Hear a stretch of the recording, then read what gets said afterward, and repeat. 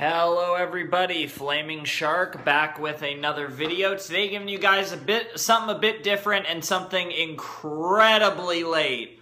My blind commentary to the RWBY Volume 4 soundtrack. Now I'm only going to be reacting to the 8 lyrical songs that are original to Volume 4. I'm not going to be checking out the remixes of Sacrifice and I May Fall, despite those being two of my favorite songs, or the acoustic version of Boop. Now, I've actually already listened to those songs. I thought the acoustic version of Boop was beautiful, of course. And I was actually, to be completely honest, not the biggest fan of those remixes. Now, I figured I'd listen to those songs because they're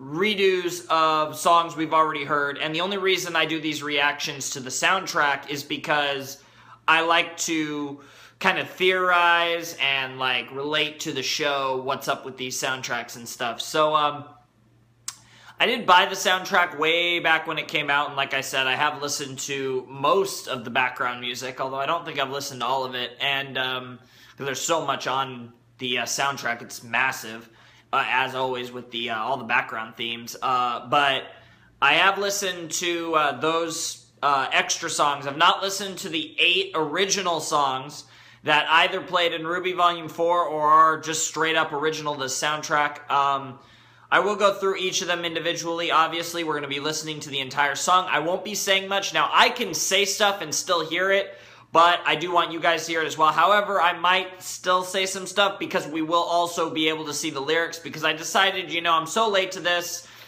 I was sure there'd be a bunch of lyrical versions on YouTube, and I decided to pull up like the most popular ones, which was the Flint of RWBY Nation ones, which links down below if you guys want those. Also links down below to the iTunes official release by Jeff and Potatoes.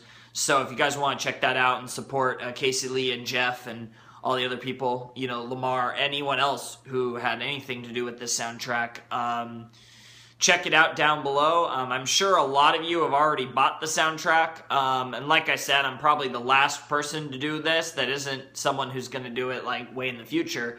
As far as people who were caught up to RWBY during the 4th volume, I'm probably the last person to do this because I don't know, it just never happened, and I'm actually kind of glad that I waited, because now I haven't watched Volume 4 in a little while, and it's going to be really cool to actually go through the first, to go through these songs for the first time, and, well, even though I've heard a little bit of them in the episodes, or at least most of them, it's going to be really interesting to go through these songs the first time right before Volume 5, especially since, even though these are Volume 4 soundtrack songs, they could have a lot of implications on future volumes as well, which is another reason why I'm super excited, and it really is kind of cool that I get to do these right before Volume 5, because, you know, the hype is really high. You know, the Yang trailer, or the Yang character short, should be coming out probably on Monday, I would guess. And, you know, RWBY Volume 5 is coming out in the middle of October. So, you know, I mean, we're almost here. It's pretty much RWBY time. I've already added RWBY to the playlist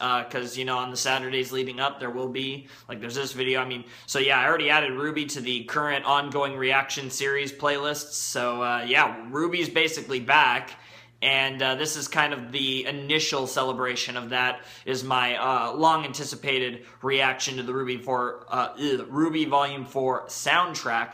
Now, the songs are, I'm going to try to get the order right. I'm not looking at it. I could pull it up, but I'm a potato.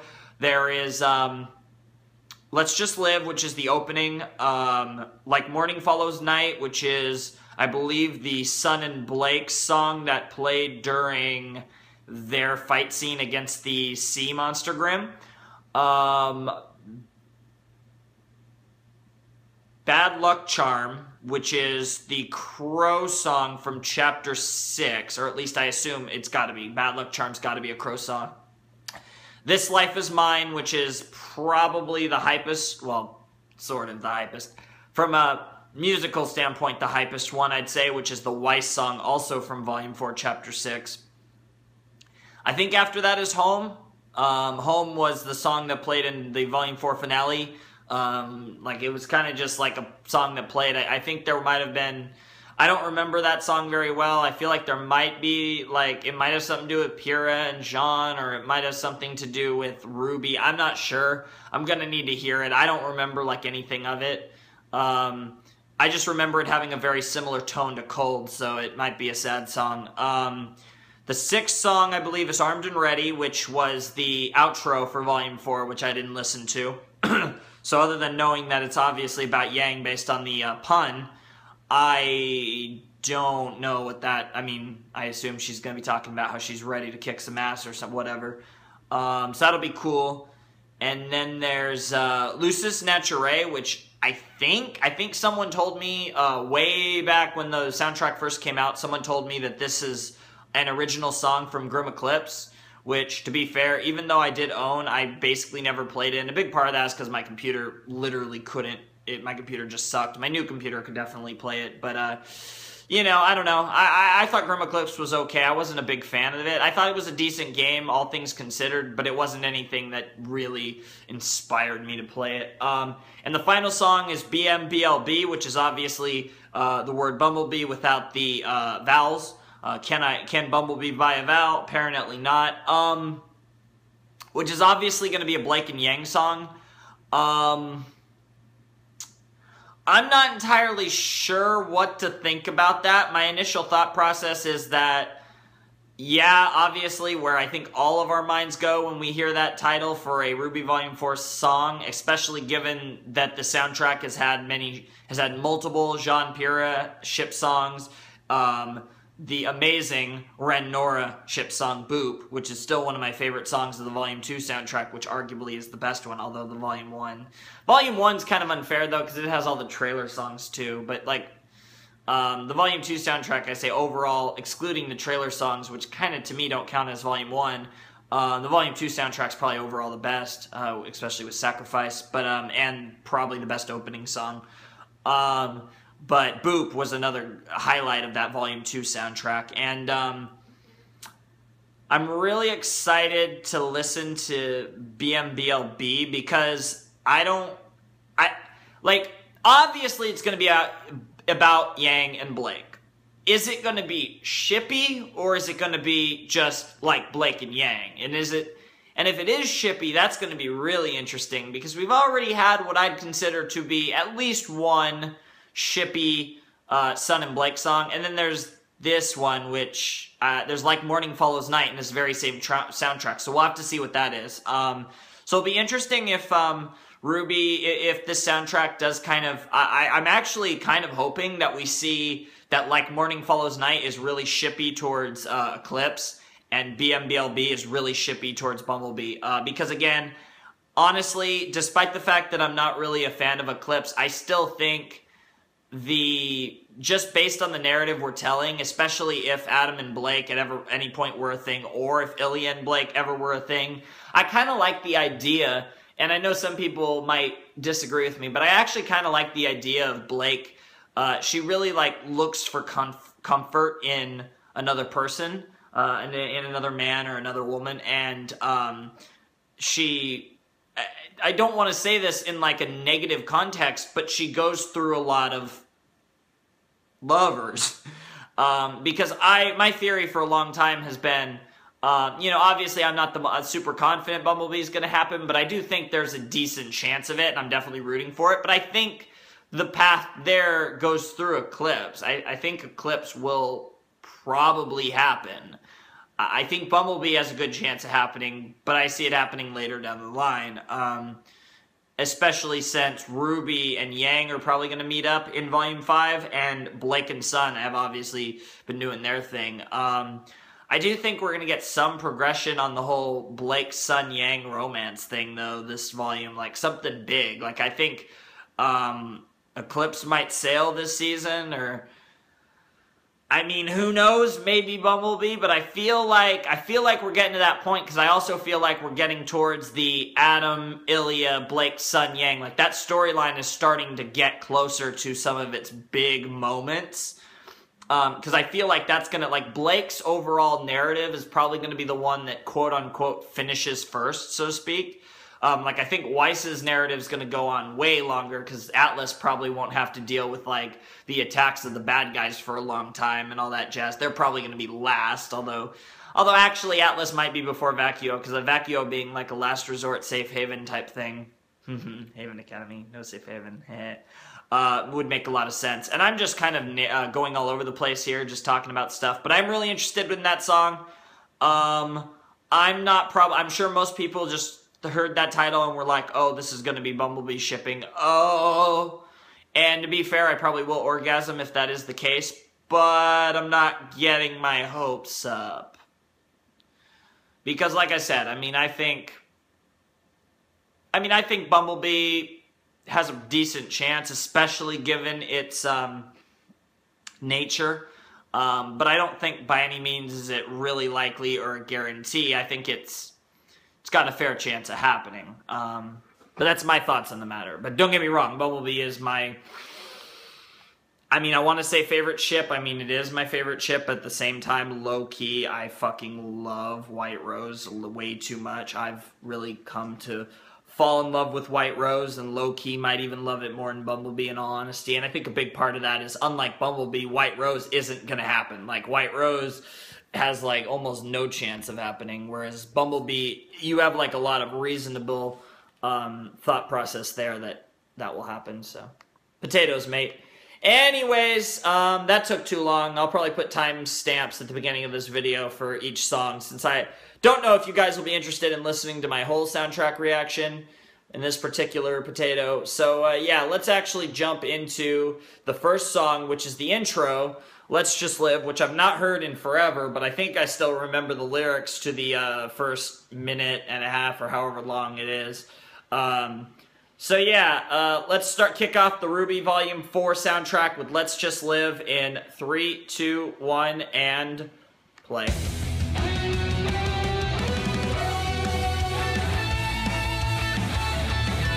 God, I love that fan art of all 4 of them. I think I have a fan art with all of them in the same shot or something. But now it seems we were just pretending. We fixed our world and on our way to a happy ending. And it turned out life was far less like a bedtime story. And the tragedy with no big reveal of the hero's glory. And it seems we weren't prepared for a game that wasn't fair. Can we follow through when all hope is gone? There's one thing we can do. Let's just live day by day and not be conquered by our sorrows. I literally can't hear my voice at all. So even if I'm talking, I'm not missing lyrics, which of course I have them there too. But let's just live.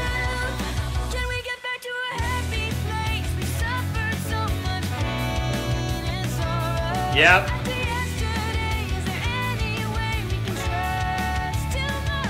Just gotta believe.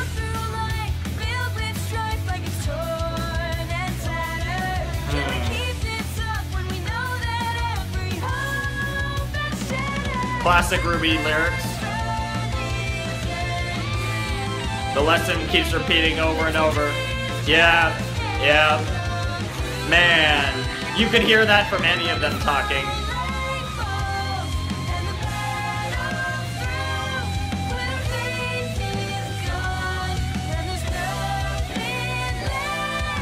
To lose. Man, I feel like RWBY is singing this to Weiss, Blake, and Yang, but you could argue all 4 of them are singing it, but it really, to me, feels like it's RWBY singing it to the rest of them.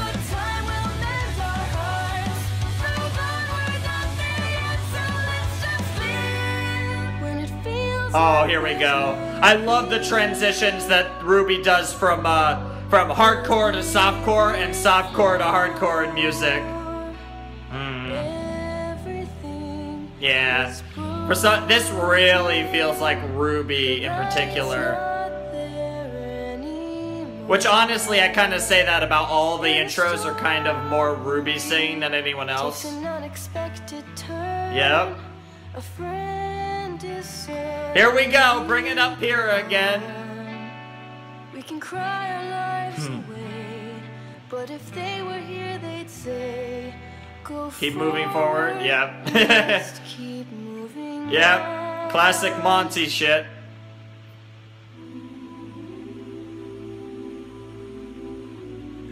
Transitioning back into the original fan art. Fair enough.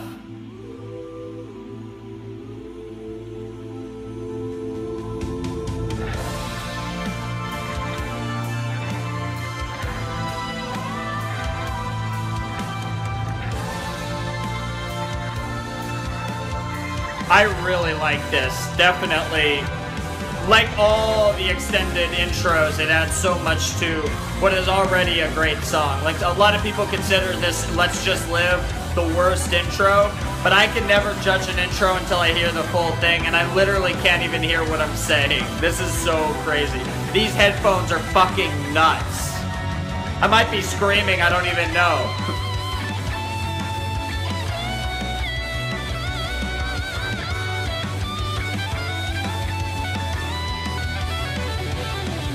God, they all look amazing in that fan art, especially Weiss, but they all look amazing.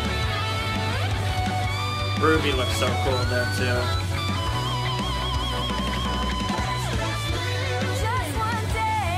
Ooh. Okay. That's an interesting lyric. I like that. Fall in love with life and just be free. Don't you mean steal our day?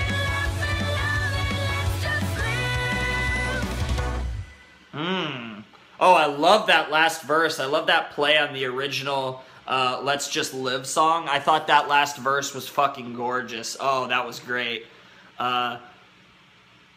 Let's just live and fall in love with life and like all that stuff. And, you know, let's just laugh and dance and love or whatever. Let's just live. Paraphrasing, of course, because, again, first time hearing it, I'll memorize this shit eventually, and by eventually I mean a couple days, because now I can finally listen to these songs on repeat over and over again. Okay, so that was Let's Just Live. Fucking amazing. What else can I say? Fucking amazing. Wow. Really fucking cool, guys. That was so good. I loved what they did with... like I said, I kind of say this with all of the songs, except for maybe Volume 3. I think Volume 3 does kind of seem like it's being sung by Cinder, or maybe even Salem, the opening. But, like, you look at Volume 1's opening, Volume 2's opening, and Volume 4's opening, those all feel like they're being sung by RWBY. And, like, I know you could argue this is all four of them, RWBY, Weiss, Blake, and Yang, are really all our heroes singing this song, but, like... if I had to relate it directly to one, I think of RWBY, and and that makes sense. She is the main character, so it makes sense that it's her perspective that we're listening to the intro from. So that's pretty cool. Definitely an awesome song. Not a whole lot to unpack. It was all pretty obvious stuff.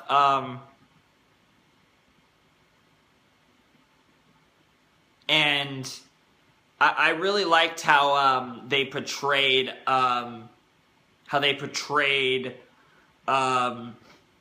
the song. I loved that when we did have the tone change into the softer song, and you kind of feel that, like, that the song, it's like, in a way they're defeated, but in a way they know that they can't be defeated. And again, I'm going to say this from RWBY's POV. Like I said, she feels defeated, but she knows she can't be, for herself, for others, for the world. You know, you have to keep moving forward no matter what happens, and that's a huge message in RWBY, especially after, you know, Monty's passing in Volumes 3 and 4.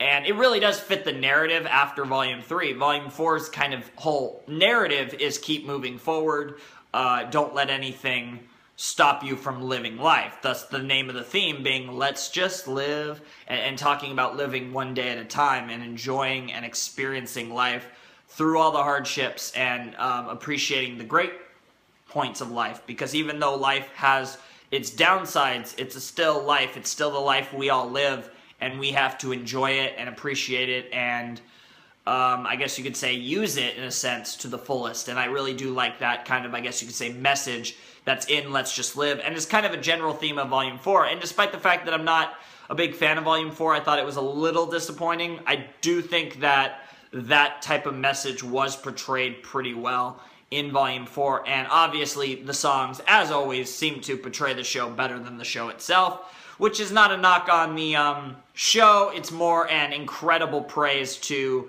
Jeff, Casey Lee, and all the other song potatoes involved in the soundtrack for RWBY. So, Let's Just Live was a tremendous start. I don't know where I rank it among the intro themes, but it's awesome. All 4 of them are.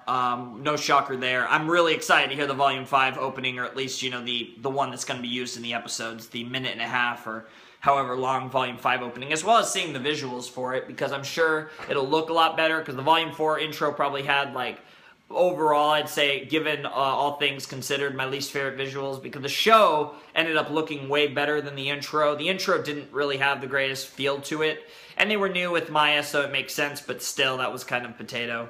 But nevertheless, I am really excited for this, for the next song, which is, I believe, Like Morning Follows Night, which is a Blake and Sun song, if I had to guess. Let me pull it up. Yes, Like Morning Follows Night is the second song. Gotta pause that. And, yeah, you know, I'm hoping for a good song here. I'm hoping we get some awesome... Man, I have this hair that's stuck in my headphones. I can't get it out. I hate when shit like this happens. But, I'm hoping for a good song. I'm hoping we get some good lines. I assume this is going to be a Sun-Blake duet. Maybe it's just Blake or just Sun's perspective, but I'm assuming they'll both be singing probably to each other, or just in general, maybe they're like separated and they're just singing about each other, or maybe they're just singing about life. I don't know. But Like Morning Follows Night, obviously, really awesome title name, by the way. Maybe my favorite title in this soundtrack, because, you know, obviously Sun, Morning, and Blake, Black, you know, Night, Shadows, From Shadows, all that stuff. Like Morning Follows Night. Very, very clever title for Sun and Blake. That's honestly, it's perfect. So let's actually listen to the song, and let's see if the song is as perfect as its name. And I believe this song played in chapter, I want to say 3. It was Runaways and Stowaways. It was the episode where we first got to see Blake and Yang and Sun in season 4. So anyways, Like Morning Follows Night will commence in 3, 2, 1, and play. What do we got? Yeah, I see Sun's abs and I see Blake. So we got some Blake Sun fan art, of course. Gotta get your Blake Sun fan art. You don't know what it's like to live in shadows. Yeah. Always regretting what you've done. Trust me, I've been emo too, Blake. Spending time counting every little mistake, knowing it's always easier to win.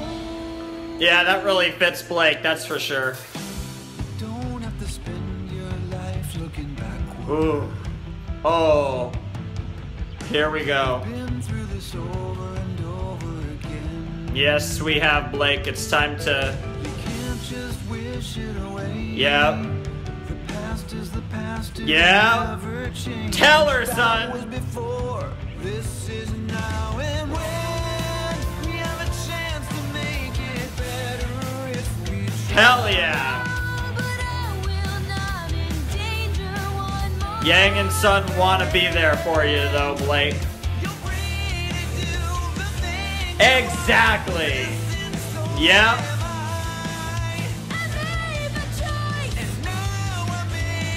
Exactly. Tell her, son.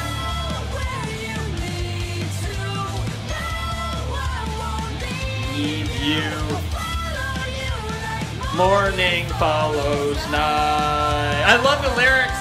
because I can kind of sing along. Pains through, won't do. Hell yeah, son. Son's lyrics are perfect. I love Blake's lyrics too. Fair enough.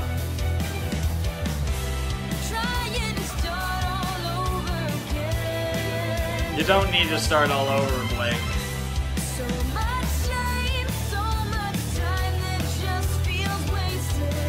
Fair enough.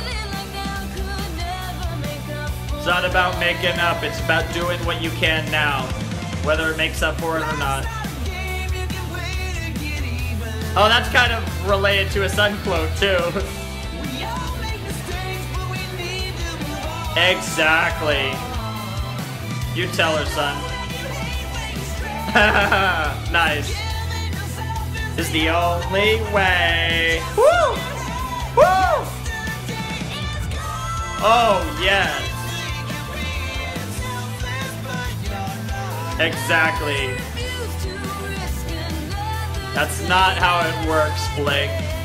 As much as it might hurt. Exactly! Yes! Walk alone. Oh. Oh.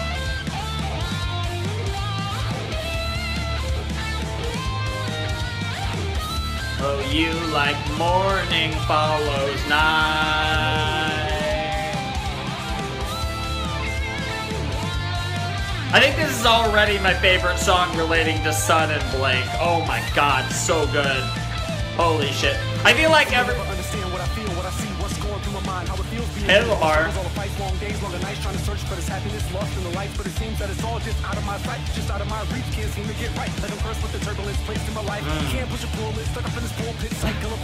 Fair enough.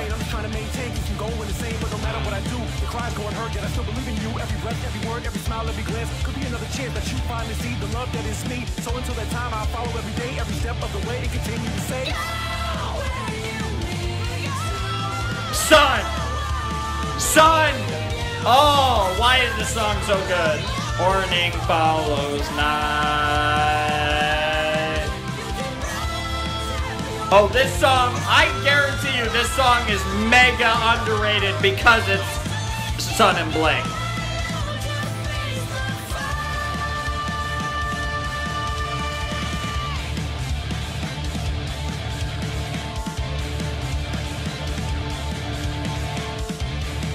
Do we got anything else? No, I guess not. I feel like it could have used like maybe one more verse. But man, I don't know. I don't know how long that song ended up being. But holy shit, guys. That was like a morning follows night. Got a Lamar Hall sighting. Fucking Jesus. Good Lord almighty. That's... Wow. Well... That was definitely a Blake and Sun song. It was definitely fantastic. I'm really curious what people thought of this particular song because I thought it was amazing. But I'm curious if people are going to think this song was really good but nothing special. Because for me, like, I don't know where I'd rank it. But that, honestly, was probably one of my favorite songs in the RWBY soundtrack. I mean, the whole thing. I mean, of course, by that, I mean, it probably makes a top 10. Even then, I have trouble. There's so many, okay? Like, it's not going to touch Sacrifice. It's not going to touch Red Like Roses Part 2. It's not going to touch I May Fall. Those are probably my top 3. And then you have the intro themes, which are probably all above this. Probably. Boop is amazing, but I'm not, like Morning Follows Night is better than Boop. Boop is a bias thing, and that's a thing, and I'm kind of thinking, too, with Bumblebee, because if Bumblebee is everyone's best, like, favorite song ever, it's gonna be because it's super shippy towards Blake and Yang, not because it's a good song. I'm not saying it'll definitely be a really good song, but...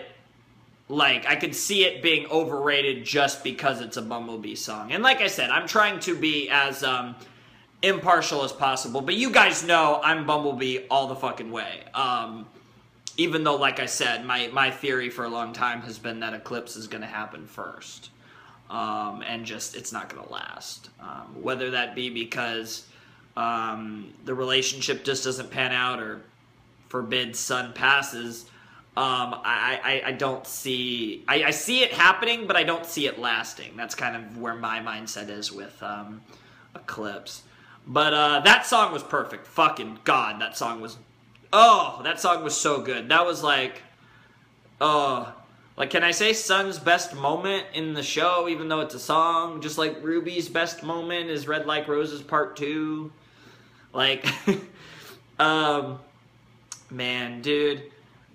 Honestly, I almost feel like I should do reactions. I know I've listened to all the songs. I feel like I should almost do the volumes 1 and 2 soundtrack anyways, just to have a video where I have, like, my thoughts on those songs. Because, like, there's songs like Sacrifice and Red Like Roses Part 2 that I could go on for, like, 40 minutes each just on those 2 songs. And it's kind of sucks that I never got to react to those, because, like, I still think there's... I mean, Divide was awesome, but, I mean, there's never been... Volume 3, and so far, the Volume 4 soundtrack hasn't had a song for me on the level of Sacrifice or Red Like Roses Part 2 in terms of, like, character depth in terms of Red Like Roses Part 2 that we're probably not going to see for a really long time. Even though we're seeing shades of it now with RWBY, I still think a lot of that we're still not going to see for a long time. And then also, Sacrifice just being mystery, intrigue. To this day, it's still hard to tell who's singing that song. And there's multiple people who fit, but there's no one who's perfect with that song. And no matter what, it has some crazy implications. You know, there's stuff like that. But yeah, awesome shit. Awesome, awesome shit. The next song is Bad Luck Charm, which is definitely the song that played during the Tyrion versus Ranger and Crow fight. It's definitely the Crow song, obviously. And it's kind of weird that this song is before This Life Is Mine, the soundtrack, given both of them played in the same episode. But, what's it called? Even though both of them were in the same episode, This Life Is Mine played earlier in the episode. But I can understand, given they were still in the same episode, that this is just how they're ordered. I mean, it's not the biggest deal ever. It might just be the order in which the songs were made, and it just so happened that since it was like same episode, we're going to make this song first. I don't know.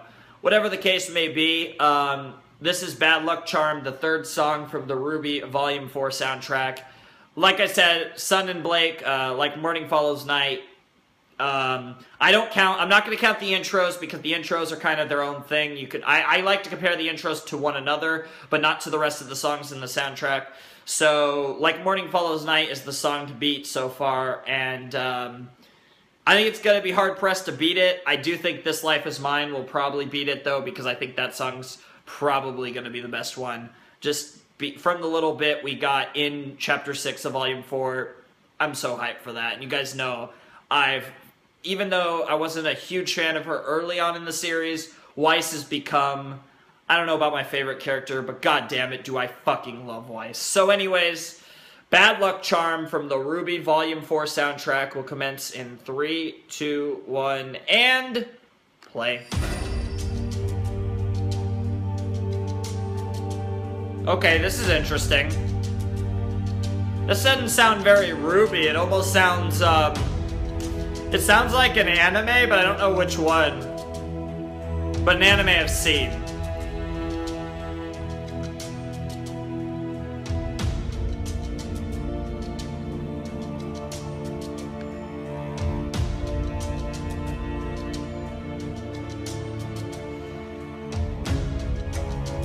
Also, it wouldn't have been on screen for the first little while, but it's on screen now for the lyric. Jesus. Holy shit.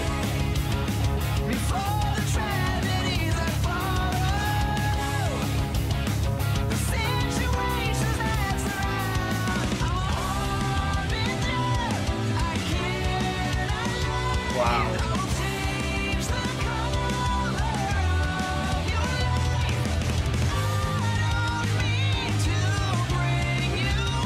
Damn. can almost hear the pain in his voice as he's saying. So good.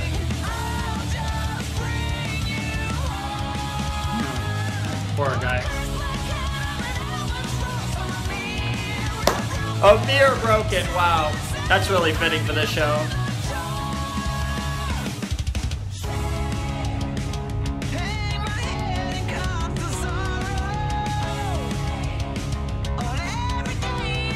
I mean, this makes Crow an even better character and explains so much. It certainly explains his drinking problem for one. Jesus.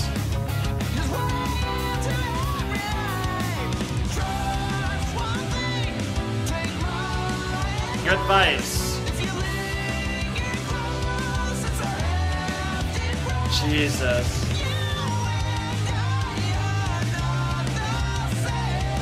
God, I feel so bad for Crow. So what do you guys think about Crow having some responsibility for Summer's passing?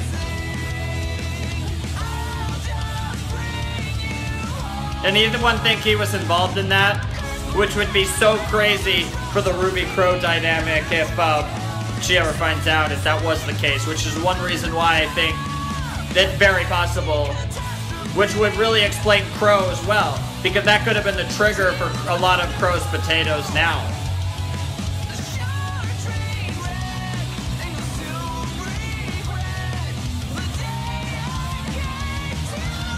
If Summer is dead, of course. Never know. She probably is, but I'm just saying.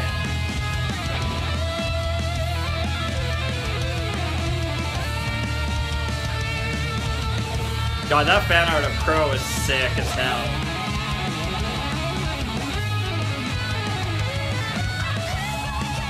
And now Butros.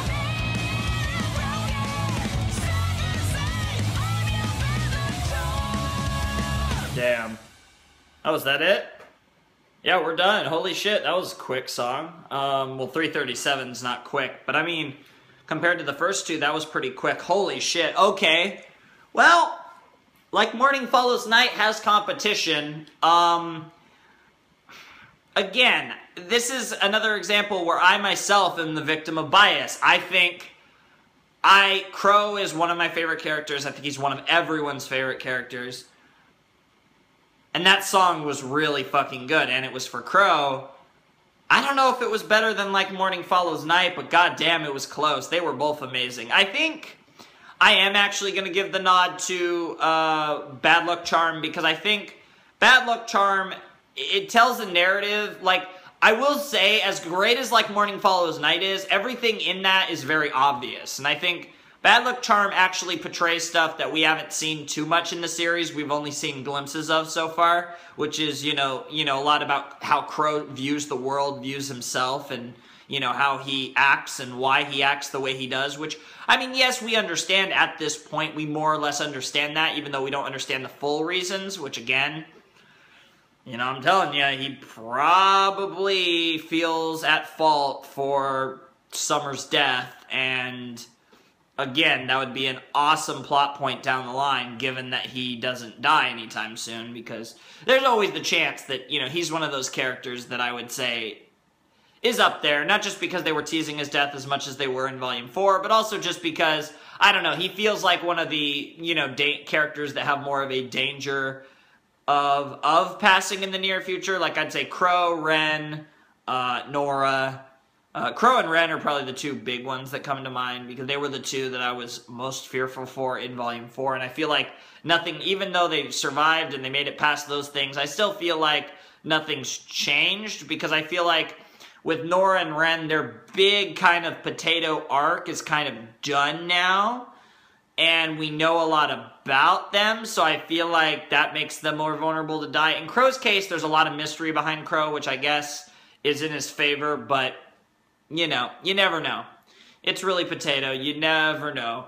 And that's the thing. I mean, maybe we overrate RWBY's willingness to kill off characters, because Volume 3 was kind of like the end of the beginning, literally, and they made a big play because of that. So maybe, at least for the time being, we're safer than we think. But we're all still scarred from the Volume 3 ending, the last, you know, basically last 2 episodes. I mean, I guess you could say the last 4, that mini arc when shit hit the fan, but especially the last 2, the true finale of the 3rd volume, that was utterly glorious. And, yeah, so. But yeah, Crow is fucking awesome. I love the song. It's great. And my charge is already, like, shitting itself, so, we're gonna listen to, actually, you know what, I'm gonna actually cut off right here, because I'm almost reaching a limit on my phone, so I'm gonna cut off right here. We're gonna call this a day for the first part, and I'm about to record some more in a second, so I'll see you in a flash. Peace. Hello everybody, Flamin' Shark back with another video, or rather the same video I guess. We are continuing my reaction to the Volume 4 soundtrack of RWBY. We got to do the first 3 songs, and now we're going to be doing the final 5, I believe. We already did Let's Just Live, the intro, like Morning Follows Night, and Bad Luck Charm. We still have This Life Is Mine, Home, Armed and Ready, Lucis Naturae, and BMBLB. So yeah, I just want to kind of get right into this, because like I said, there might be quite a bit of discussion about each one, so I don't want this video to be too long, but it's probably going to be monstrous no matter what, so let's not waste any more time and jump right into my next, soundtrack, my next song in the soundtrack. Yeah, let me plug you in. There we go, we're plugged in. Yep, so the volume is on. We turn on the recording. Make sure it's working real quick. Do. Alright, it's working, and let's do this. This Life Is Mine, which is the 4th song in the RWBY Volume 4 soundtrack, will commence in 3, 2, 1, and play.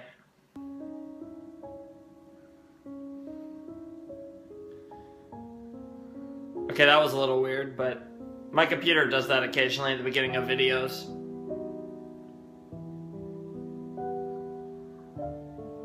That is an amazing shot of Weiss. I fucking love that. Holy shit.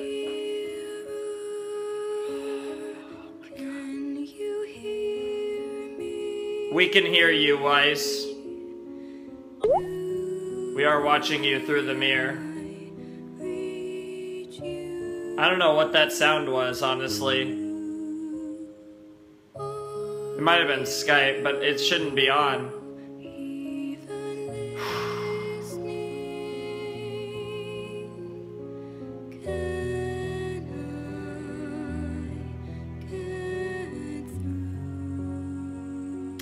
Yeah, you can get through, Weiss. Don't worry. There's a part of me that's desperate for changes. Awesome. Yep. Yep. Of being treated like a pawn. Sounds about right. But there's a part of me that stares back. It's funny, because I like to kind of think of the other side of the mirror as the actual viewers of the show in kind of like a meta way. Sometimes. I know it's supposed to be in a way, the true self that she's looking back at in a way, but, you know, potatoes. It's kind of funny. Here we go! This is the part from chapter 6. I think I still remember this, even though it's been a long time since I've heard it. I think. Then again, I'm thinking of Mirror Mirror part, like 0.5 more, or whatever it's called. No, this is different. Oh, I let you be the keeper of my part. What a line.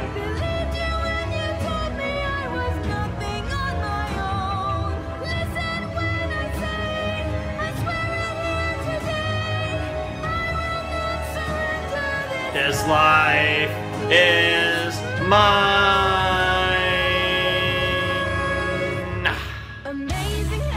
Ooh.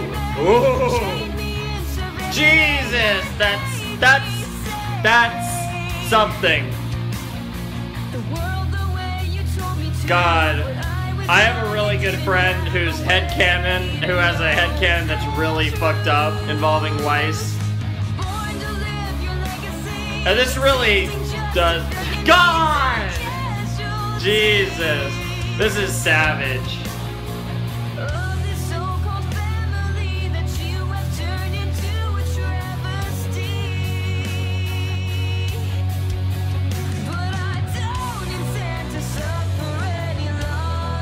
God. Hell yeah, Weiss. We all hate that bastard. Yep. Oh, that's cool. Oh, that's really fucking cool.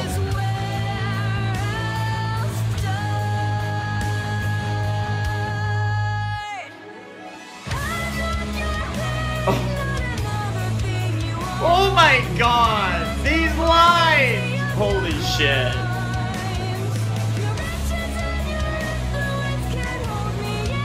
I think this is the part that played, but I did not realize that some of these, like I recognize those lyrics and these lyrics, this life is mine. Like I knew those lyrics, but I didn't know like the shit before it.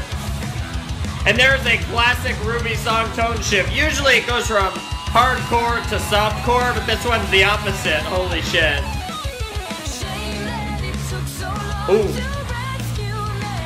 It is a shame, but we got you back now, Weiss.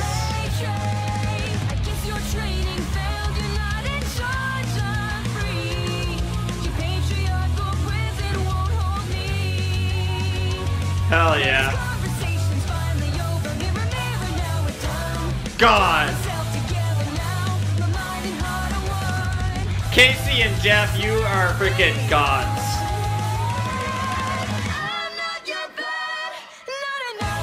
Yes! Oh, sing it, Weiss! Woo!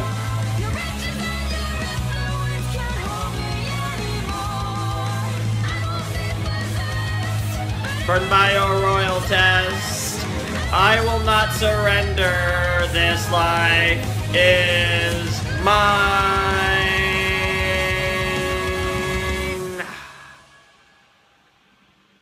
Well.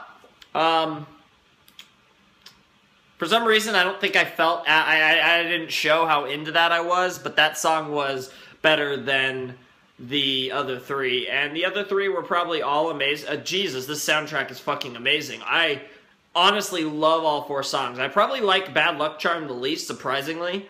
'Cause I really like Morning Follows Night. I think it's a fantastic song. Bad Luck Charm's really cool, and it's a Crow song, so it automatically makes it even cooler, but I don't know, I'm not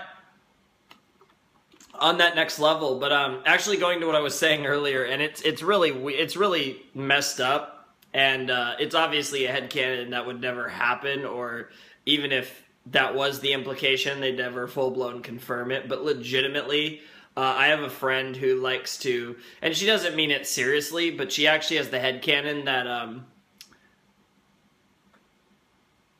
daddy's abuse doesn't stop at abuse. I'm not going to detail that. I think you guys know what I mean, but I mean, you get the idea, and that would, I think that would add, so it really would add even more greatness to Weiss as a character if she was dealing with that. Holy shit. But it's really fucked up, but I think you guys understand what I'm implying. But yeah, this song was amazing. Seeing, you know, this is, you know, in the Mirror Mirror song, she's kind of doubting herself. She's kind of questioning the mirror, like, you know, who am I? Or, you know, and then in Mirror Mirror Part 2 from the Volume 3 soundtrack that played at the end of Chapter 4 of Volume 3, she's kind of come to her decision at that point, and that's kind of, by the end of that song, she's like, mirror, mirror, I'll tell you something, I think I might change it all. And then her next song in the cumulative soundtrack of the whole series is This Life Is Mine, where she's basically, in a way, you know, as she's telling off her father, or giving a giant F you to her father, or whatever you want to describe it as, but it's really a potato situation where you're getting Weiss doing her thing and being fucking awesome, and really just making sauce out of her life, I guess. And it's really awesome.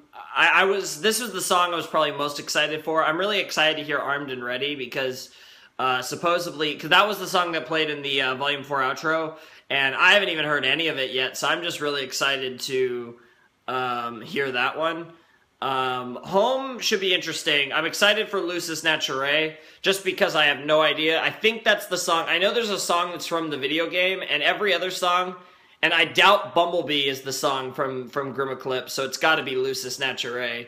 Bumblebee just seems like an extra unused song. So yeah, This Life Is Mine, I think, takes the cake for my favorite song of the soundtrack. Even though I love the intro, I don't really want to count the intro in this. I kind of like to only judge those against each other. But I mean, I'm looking at like Morning Follows Night, Bad Luck Charm, and This Life Is Mine. I think I gotta go with This Life Is Mine. Next up is Home, which, like I said, I believe is the song that played in Chapter 12, Volume 4, the Volume 4 finale. It was like not when RWBY was writing the letter, it was in that time, like when everything was okay before the ending, and they were just kind of doing their, like, RWBY was kind of doing her recap, and there was the stuff where, you know, RWBY, Ren, Jean, and Nora were kind of all just chilling and, you know, thinking about Ren's parents and Pyrrha and just all the people they've lost and remembering them for all the great things that they remember of them. So I think this song is going to be very sad. I don't know specifically what to expect out of this song, but it's probably going to be rough. So anyways, This Life Is Mine was gorgeous, amazing. Casey's a goddess, and I could go on and on about how it really, I don't even need to, because all it literally perfectly described Weiss's character and why she was the highlight of Volume 4. Despite, honestly, in all since going into the volume, I thought, honestly, she would probably have one of the least interesting stories of Volume 4. I think undoubtedly was the star, at least as far as the main characters, the main four were concerned. Although, honestly, I think she was just the star of Volume 4, which was really amazing. I think a lot of people would agree with me. I think a lot of people, Weiss went up on their meter of favorite characters just because she was so amazing in Volume 4. And like, for all the flaws that I think Volume 4 had as kind of a weaker volume of RWBY, I still think, at least compared to Volume 3, whether it's, I still haven't decided, Volume 2 and Volume 4 are really close, but I think, despite all the flaws that Volume 4 had, I would say that Weiss's segments of Volume 4 were perfect, and I probably wouldn't change a single thing when it comes to what they did with Weiss last volume, whereas the other three could have been better, especially, like, I feel like Blake, for whatever reason, Blake's stuff just didn't quite hit as well as it should have. I don't even fully understand why Blake's stuff wasn't as good as it should have been, but for whatever reason it was, in my opinion. So, yeah. And Yang's stuff was pretty good, but very limited, and obviously RWBY's stuff was decent, but she kind of had all the plot going with her, at least the majority of it, so, you know. And she had a bunch of potatoes with her. So yeah, let's move on to Home, which is the 5th song in the RWBY Volume 4 soundtrack, and it will commence in 3, 2, 1, and play.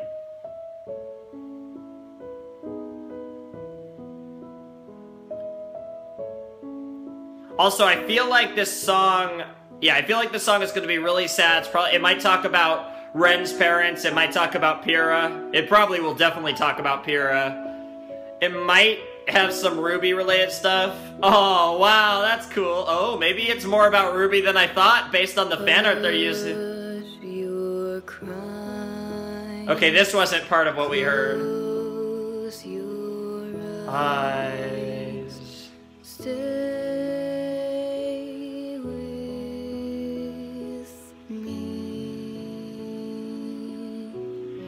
Interesting.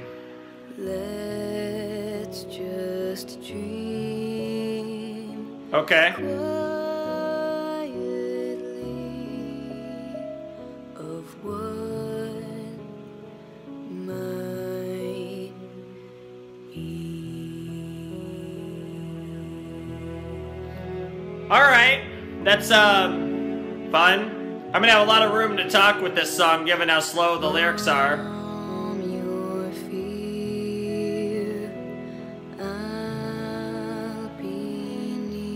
Are we talking about Crow, Ty?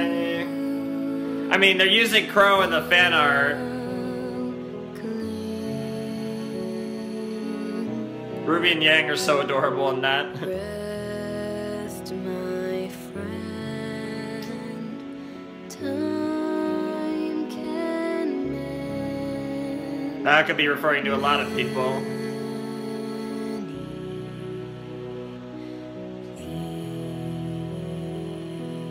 Time can mend many things for all these characters. I don't know the answers.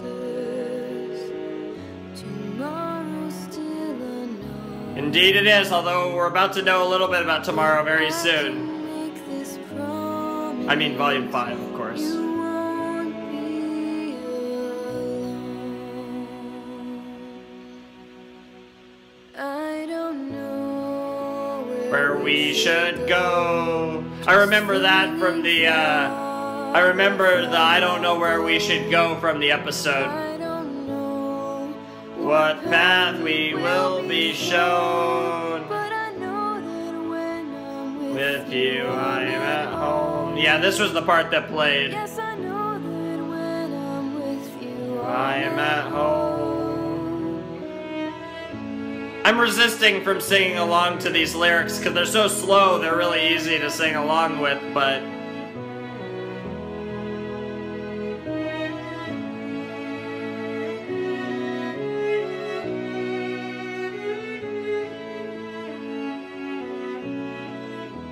Alright, let's continue. Oh no! I'm at home. Now? No, this is a long... There's a quiet place in my embrace. Damn. A haven of A haven of safety, eh? safety where I'll dry your tears. Shelter here. Interesting.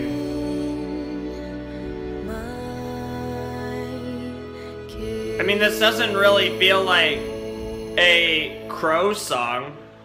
But even when we stumble, I wouldn't say this is RWBY. someday when we fall, I mean, it does kind of feel like RWBY, but it's a little too much. I will remember that I had you through. Maybe it is. Maybe it is supposed to be RWBY singing this. I mean, given especially she was writing a letter at that point. Huh. Where we should go, just feeling farther from our goal. I don't know what path we will be shown. I don't know. This might really be RWBY. When I'm with you, I'm at home. Yes, I know that when I'm with you, I'm at home. Huh. Interesting. I'm really curious to hear who is considered to be the singer of this song. Because, I mean, yeah, I guess it could be a lot of characters, but honestly, I think RWBY makes the most sense when I really think about it, which is pretty crazy. Yes, I know that when I'm with you. RWBY talking about Yang and Crow, in a sense. And really any of her family, but... honestly, I think RWBY talking mainly about Yang, but I mean, it definitely Crow too. Okay. That was different. Alright, VLC is being a potato, but that was, okay. That was weird. Alright, well that was, Home, and I have to say, that song was really interesting. It was a good song, it was a cute song, and then I kept, the whole time, I was, like, trying to figure out, like, who is singing this, and I could be dead wrong, and, like, maybe you guys can present an argument to me that makes sense, that would explain who that is, because I don't see how that could, I don't see it as Yang, I don't see it as Crow. I mean, I don't really get summer vibes out of it, so I mean, Summer, I guess, is a possibility, but the reason I don't say Summer is because I don't think, I don't say Summer because I don't really think Summer, I don't know, I just don't, I don't know, I don't think it makes sense for Summer to be singing this unless it's in the past. It just doesn't fit. So it's got to be RWBY, and it makes sense because it'd be, if it was RWBY talking about Yang and Crow mainly, but really Tai too, but Yang, I feel like Yang, but also Tai and Crow, but mainly Yang. And I think even to a lesser extent could also refer to Blake and Weiss, and like she considers her team kind of her family too. But she's how do I put this? She's happy and she feels at home because she's with family, and it makes her forget about not having her mother, which is kind of something she thinks about all the time. Even though she doesn't show it and doesn't let others into that, she is thinking about Mama Rose all the time, because also saying Mama Rose, I just pictured Rose Quartz. But she's thinking about Mama Rose all the time, and it makes a lot of sense that being around the rest of her family, the family she does know, people like Yang and Crow and Tai, as well as, you know, like I said, Weiss and Blake even, makes her forget and makes her, and distracts her from the gaping hole in her heart that she has from Summer, because again, Red Like Roses Part 2, which I still think is probably the best song of the soundtrack's history. I don't think Sacrifice, no, nothing beats Red Like Roses Part 2. It's still the best song. It's probably, honestly, I wouldn't be surprised if it never gets dethroned. It's really funny, too, because it's from the Volume 1 soundtrack. It's one of the original RWBY songs, and I still think Red Like Roses Part 2 is my favorite song, and I think it's just, it manages to, like, it doesn't imply really anything of the story while still implying so much about the main character of the show, which we really haven't seen. Like, Red Like Roses Part 2 is just the best. It's like one of the best characterization songs ever. Like, Red Like Roses Part 2, I wish I could react to the Volumes 1 and 2 soundtracks. I mean, blind.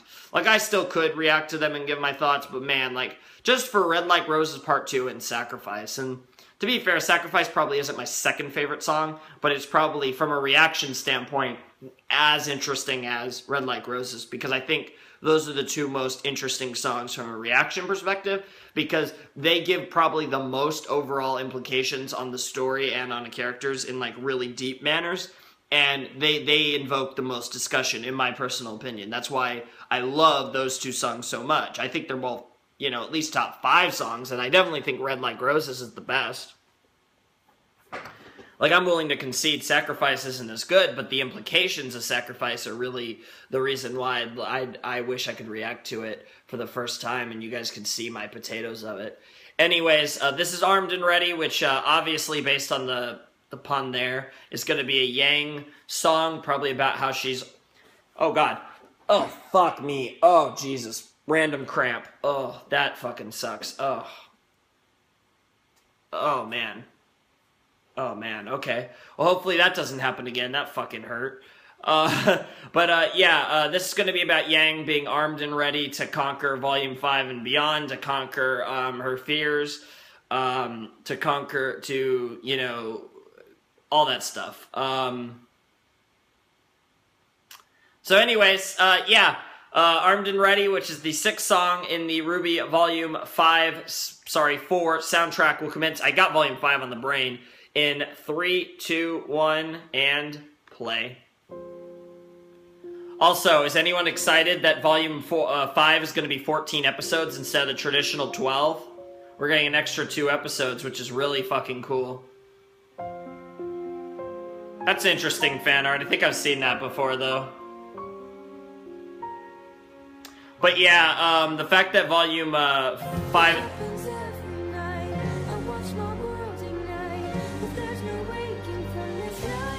That's fitting. We saw, yeah. She's talking about Adam. That's awesome, because we saw that nightmare sequence she's singing about. Oh, this is gonna be cool. She's actually talking about Adam in this. Oh, shit. Oh, this song's gonna be hot as shit. This is gonna be straight fire. I assume RWBY, possibly. Probably RWBY, maybe Blake.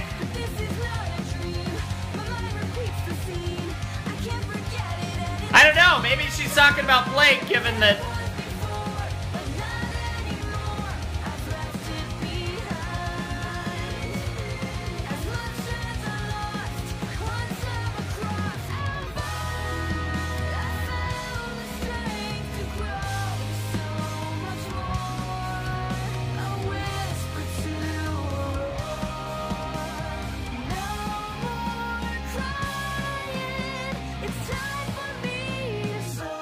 Fair enough. Nice to see it, even though I wish we got a little more Broken Yang. It is pretty cool. It's gonna be fun to see.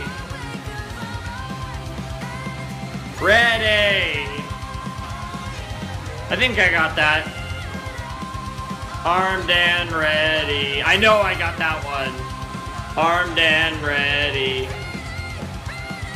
Armed and ready. I love this song. Oh my god, I love the rhythm. I love the beat. Oh, it's just perfect for Yang.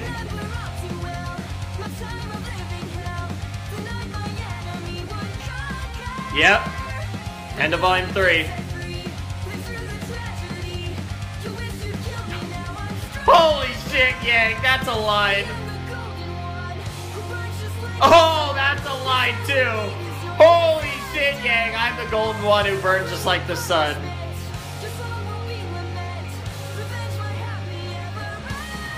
Honestly, I think that said your sword will be lament, but maybe it said your song.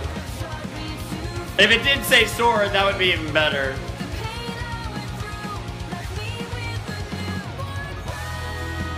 That's pretty cool. And that's how you have to live, Yang. Exactly. No living in the past, girl. That was kind of a weird line, but I like it still. Finally unbroken. Feel like I'm back from the dead.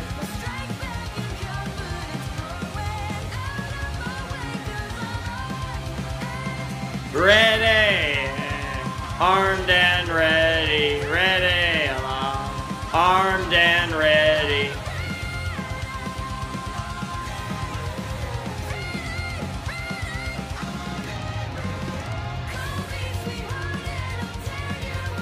Wow. Ah! Now she's referencing the yellow trailer. My new fist. Bye-bye.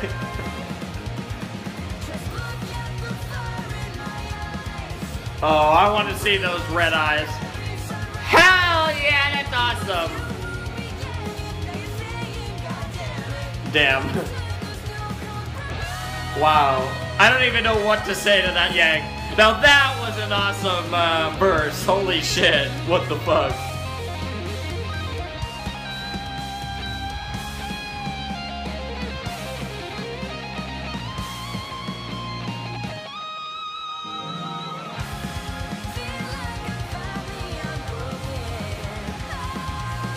Oh, that's a little different.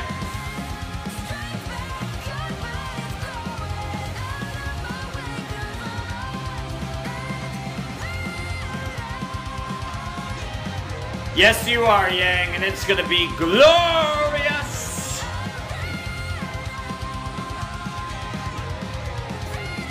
At the time of recording this, I don't believe the Yang character short has come out either. Which is really disappointing. I will be checking again when I record my weekly update after I'm done with this, and I will be checking right before I record my weekly update if the Yang character short is out, because I really wanted to do that today, but it didn't come out yesterday. I would have did it even yesterday if I could have found the time, because I had a weird day where I wasted all my time. And it sucked. But yeah, that was Armed and Ready, and it was fucking awesome. And also, yeah, my...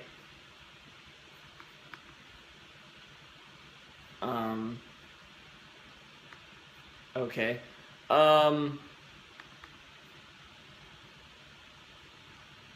am I going? No, I don't want MLP. I'm all thrown off now. Here we go. Lucis and Nature. So this is the song that I believe is from the Grim Eclipse video game, because one of these two songs is from Grim Eclipse. Either BMBLB or Lucis Nature, and I think it makes more sense for this one because random Blake Yang song seems out of place in the video game. So I'm assuming this is the video game. I have no idea what this is about. I have the video game, but I've literally, I think, only played Grim Eclipse like twice, and it was back when it was like, I don't even know if the game was fully out yet. I think it was just like the initial game. I played it once or twice. I've been meaning to get it. I might pick it up. I'm pretty sure it's on PS4. I might pick it up there, or I might, obviously pick it up on Steam or whatever the hell. But I definitely will probably get it and play it again. But for the time being, I haven't really checked out Grim Eclipse much at all. I mean, I don't know. Maybe I'll do some, I don't know. Maybe I'll do some Let's Play stuff or something for Grim Eclipse. I don't know. But probably not. Almost definitely not. But I definitely really have kind of ignored it for the most part. It's not really something that I've directly focused on much at all. And that's on me. I mean, I've heard that it's pretty decent. I mean, like I said, I played it like once or twice when it had just came out, but I don't even think it was the full version. It was like just came out, like whatever the first release of it was. And yeah, it was pretty cool, but definitely needed some work. So I'll be curious to check that out eventually. And yeah, my right on cue. Yep. Time for some soda. We're about to get some gotta get our pib on, because we're about to we got a song called Bumblebee coming up, and I might need something for that if it really is what it's teasing.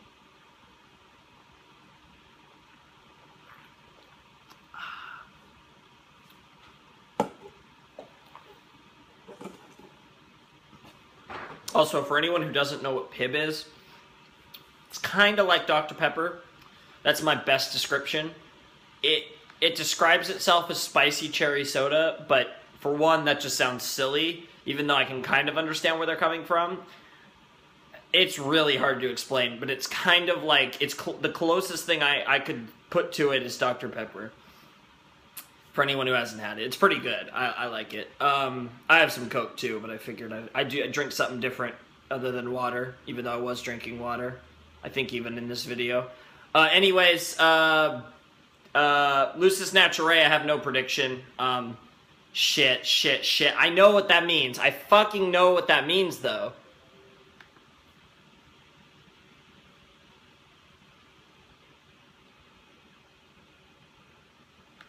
Okay, oh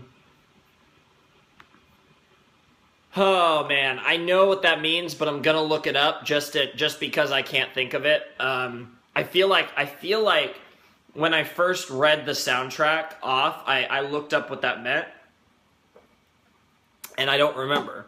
But I know what it means because I know I looked it up for this very soundtrack when it first came out, and I almost recorded my reaction, and then I didn't. But I know I looked up Lucis Nature because I was like, oh, what is this? What is this? For one, I didn't recognize the song name, period, and then I didn't know what it meant. So I'm going to look it up. A Freak of Nature. Okay. I mean, obviously Nature was nature, but I didn't know what Lucis Nature meant. Freak of Nature. Well, that narrows it down to no one. I guess it could be a song about the Grimm. It could be a song about Salem. Could be a song about Yang. Probably not, because we literally just listened to one. My guess is the Grimm. I don't know. I know this is from the video game, but I don't know if this has anything to do with... I know the video game has an original story. I don't know if there's original characters. So, I don't know. I guess this could be someone I don't even know. But, based on what I do know, my guess is the Grimm. I mean, possibly Salem, but I'm just assuming the Grimm in general, because freak of nature. I mean, I don't know what else that could be that fits. So anyways, let's check this song out, because legitimately I'm mega curious about this song. Lucis Naturae, which is the 7th song on the penultimate song on the RWBY Volume 4 soundtrack, at least that I'll be reacting to, will commence in 3, 2, 1, and play. So we got RWBY. We got a pretty awesome shot of RWBY.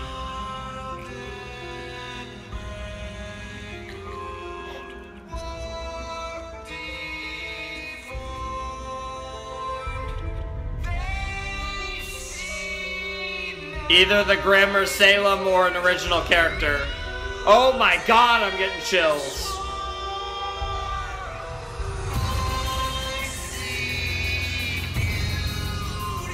Maybe Salem. Holy shit, I got chills.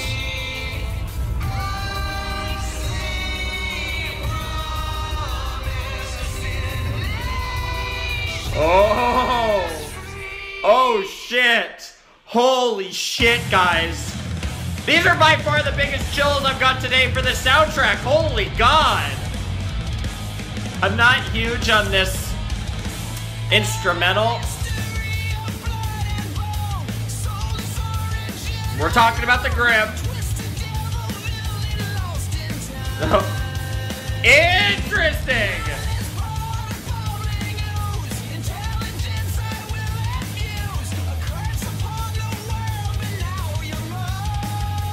I don't know if this is Salem or something.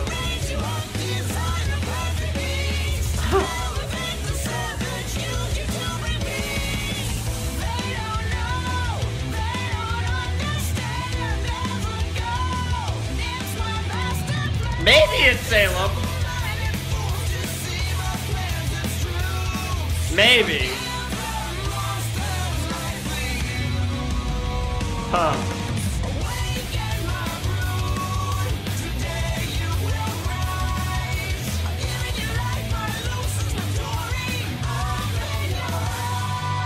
Open up your eyes. I think you all know, well, not all of you, some of you know what I'm talking about.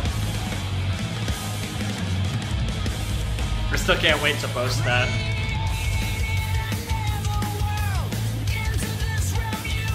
Wow.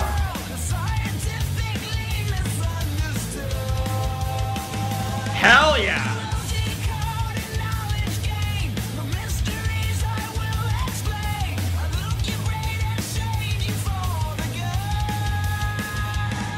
I don't think this is Salem. I mean, it fits.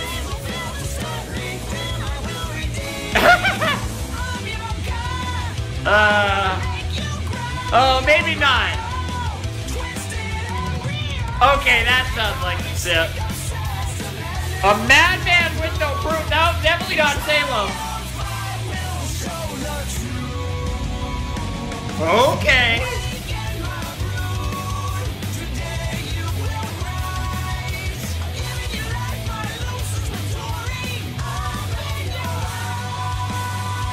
Holy shit, this song. Oh. Yes.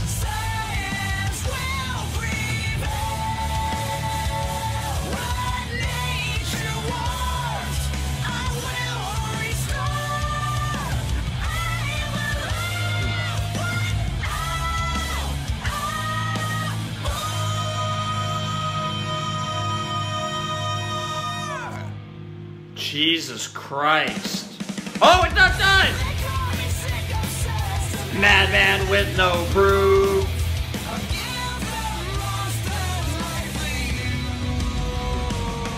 Wow.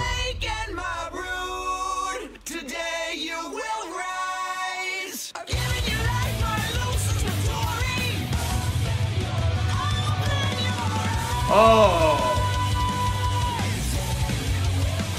Oh.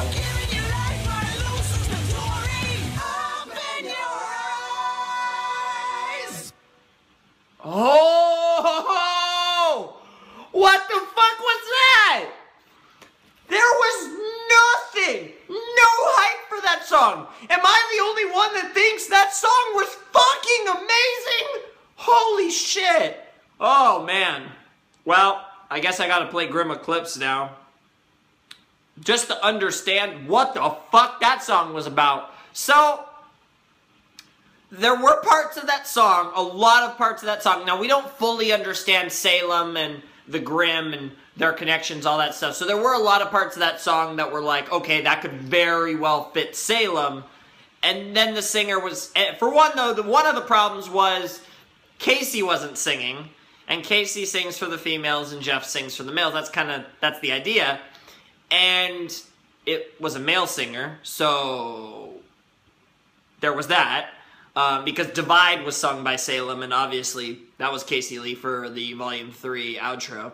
And I was thinking about it, and then there was the Madman line, and that 100%, Salem for one is not a man, but two wouldn't be referring to herself as a madman. That doesn't, or like wouldn't be like, oh, they called me a madman. Like, no, that's not what anyone considers you. Other things, sure, but not that. That doesn't describe her at all. So, based on everything I could gather, this is an original character from the video game that, based on that song, is some type of professor or doctor, some type of scientist who believes in the Grimm's potential, believes there's more to them than meets the eye, and is trying to unlock the Grimm's potential by basically he's trying to unlock the whatever from the Grimm and use them as his own army to control the Grimm and use them as his own. So he's kind of trying to undermine Salem, unknowingly, I'm sure, by doing what she does, I feel like. Which is really interesting. Holy shit. The idea is really interesting. So you guys are going to have to tell me, don't tell me any like details, because like I said, I'm going to have to get into this shit and figure this out myself. I want to experience it myself. But tell me if this is based on a character from RWBY Grim Eclipse that has not shown up in the series, because that's the implications I was getting.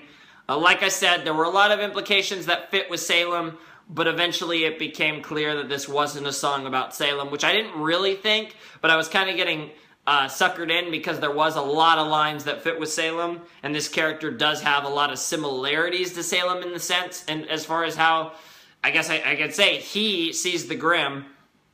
But holy shit, I really fucking hope this character ends up in the main series based on that song, because, for one, that song was fucking amazing. There was a part towards the beginning, I didn't really like the instrumentals, and I thought, even though the instrumentals definitely should have been really intense, I wasn't huge on the instrumentals. I actually think the instrumentals were not amazing, which, in and of itself, not amazing is shocking from Jeff Williams. Anything less than amazing in any facet from him is shocking. And his instrumentals and his background to these songs are incredible. I wasn't huge on this one, but with the lyrics, it's amazing. Like, it works well with the lyrics, but when there's no lyrics going on, it's just that BGM, it's not the greatest, especially at that one part towards the beginning. And, yeah, but holy shit, guys. I'm not even joking when I say I think I like this song about as much as This Life Is Mine. That song was completely out of nowhere, completely took me off guard, and it was a song about the fucking Grimm, it's the first song about the Grimm. Now, it's about this guy, whoever he is, singing about the Grimm and himself, but it's about the Grimm. We got a Grimm song. Like, we've had, like White Fang songs, but Grimm song, that's a first, and it was amazing. Jesus Christ. I want to hear that song play in the series. Preferably for this character. God, now I want this fucking character, dude. Oh, fuck me. Like, I'd love to have this kind of entity as like a separate entity that's kind of villainous. Like, because Raven's already fills that role as like this separate entity who's villainous. I don't want to straight up call her a villain, but at this point, she's pretty damn close. If not full villain at this point, even though I still feel it's more complicated than that, but you get the point. So obviously Raven fills that kind of side villain role to Salem and her council, but I would love to have this guy fill a second niche of that, and it could really make sense because I could see this type of character becoming, like, if I'm not mistaken, there's 6 chairs on the in Salem's room. Obviously, 1 for Tyrion, 1 for Cinder, 1 for Hazel, and 1 for Dr. Watts. But, you know, maybe not. Maybe it's possible that what's-his-name has one, but just couldn't come to the meeting because he's the headmaster of Haven Academy, a Lionheart. So it's possible that makes 5, and then I would love for this character to eventually end up as part of Salem's thing.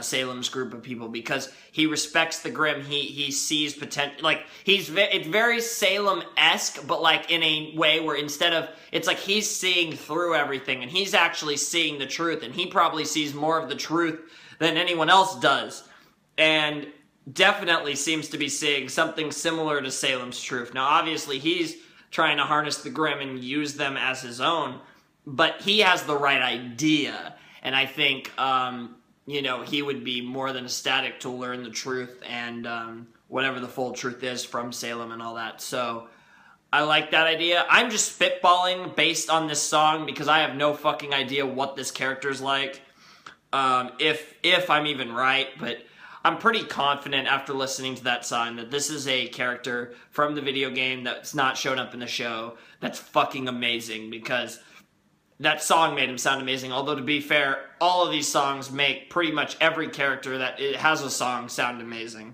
Especially the intense ones. Like, basically, Weiss's songs in the, like, intense and, like, the... I don't know how to explain Weiss's song intensity. And then you have, like, the regular intense songs, which are, like, the rest of them. Or the rest of the big ones, anyways. So we have one more. BMBLB. I must say, as far as going into this one, I know that there was a lot of hype around the song when it was announced or when it came out or whatever because of the name, obviously. I don't know if the hype ended up being justified in terms of shipping Blake and Yang. Also, this song goes straight to lyrics, dude. I heard, like, theirs. I heard Casey say, like I said, I think she said there's, something. But yeah, so I went back to 0-0, but that was right away. But this song's also pretty short, only 3:21. So that kind of, I don't know what to think about the length. It's a shorter song. It's going to be interesting because I'm sure it's going to be about Blake and Yang, of course. But like, do I really think this is going to be shippy? I don't know. I mean, I don't think. Here's my thing with this song. The reason I don't think this is shippy is because it's not so much I don't think Bumblebee's going to happen. It's, I don't think they would get people's hopes up that much. I would think that if they're truly going to do Bumblebee, they want people to be as, they would want people to be as, I guess you could say unsuspecting as possible. Like I don't think, like, if this is a Blake Yang ship song, the confidence, like, those Bumblebee fans are going to suddenly feel like they have all this confidence that Bumblebee will happen. That, you know, like, of course, there's a tons of them that are like, oh, it's the best thing ever, oh, it's got to happen, you know, and just that fandom belief. But this, if this is really a Bumblebee song, despite the fact that Eclipse songs exist, this will be, like, the song. Like, this will be the game changer that actually will make people say, oh yeah, it'll make the deniers say that Bumblebee is at least possible, and it will, no, the deniers are going to deny, and the fanboys and fangirls who are way on board with Bumblebee are going to be even more on board with it. Now, obviously, and as you guys know, I am very passionate about this, and I'm a reasonable person when it comes to shipping. Despite the fact that I am pro Bumblebee 1,000,000%, and I'm not a big fan of Eclipse. I don't hate Eclipse. It's more of a preference to Bumblebee than a hate of Eclipse. The only ship in this show I hate is Iceberg. Because fuck Neptune. No offense. Honestly, I don't even like Neptune. Neptune is like literally one of my least favorite characters. Because at least Daddy Schnee, you're supposed to hate. And I don't hate Neptune, but like I just don't like him. And I pretty much like just about everyone else in this show.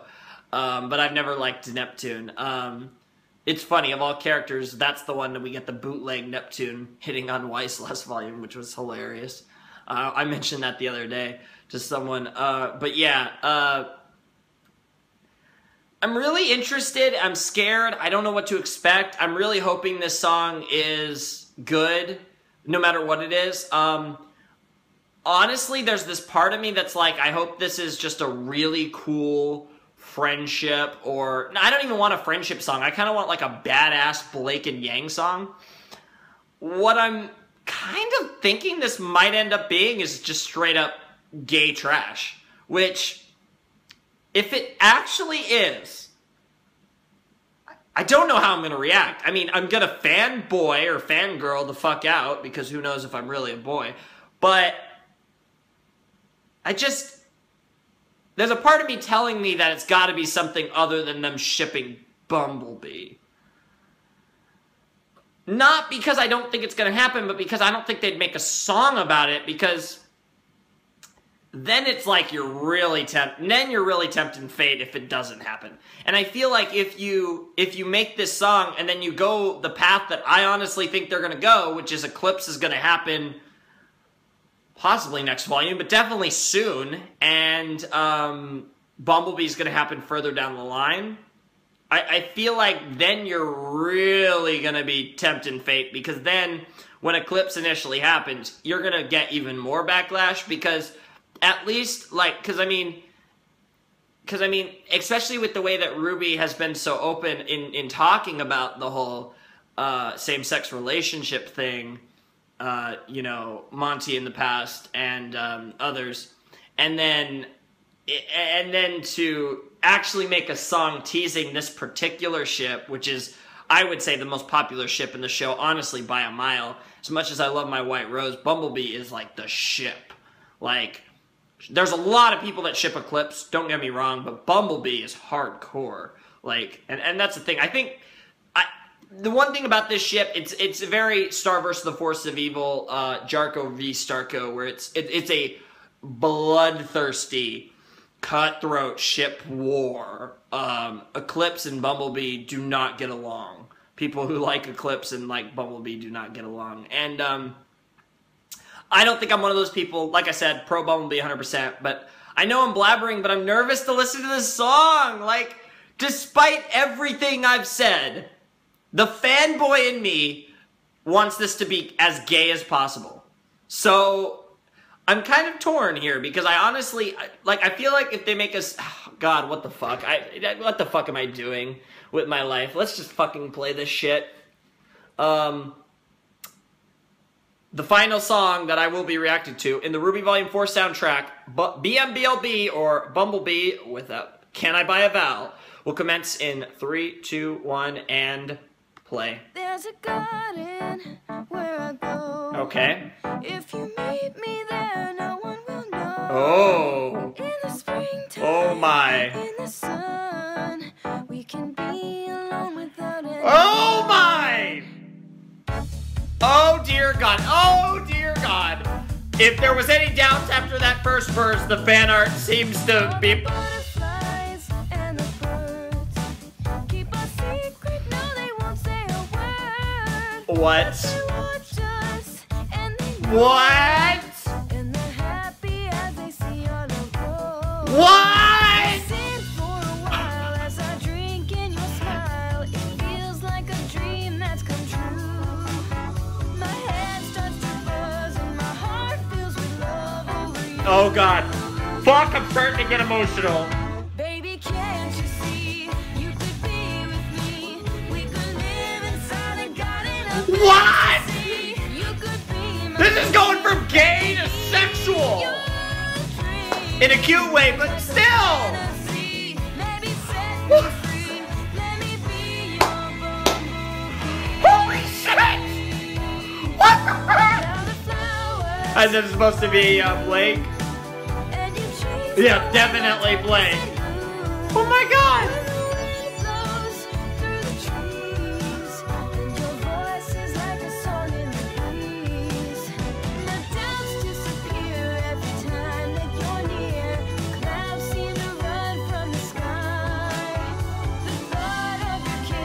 What the fuck? What is this? This is way too forward! Live inside a garden of ecstasy. You could be my queen. I could be your dream. Alright. I didn't know that line. Yo. Oh shit. Like a serenade, every word you say has me falling more and more in love with Could you. they be? Like a party beat, you are oh so sweet. Every day is Sunday, tastes like honey. Feel so alive, Take me back to the hive. What the fuck? What even is this?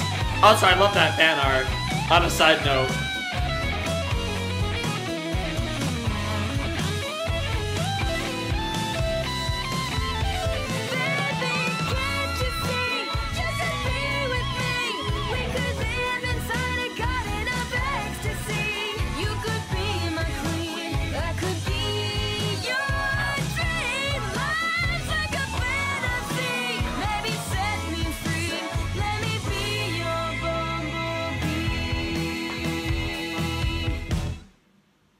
That's it, eh?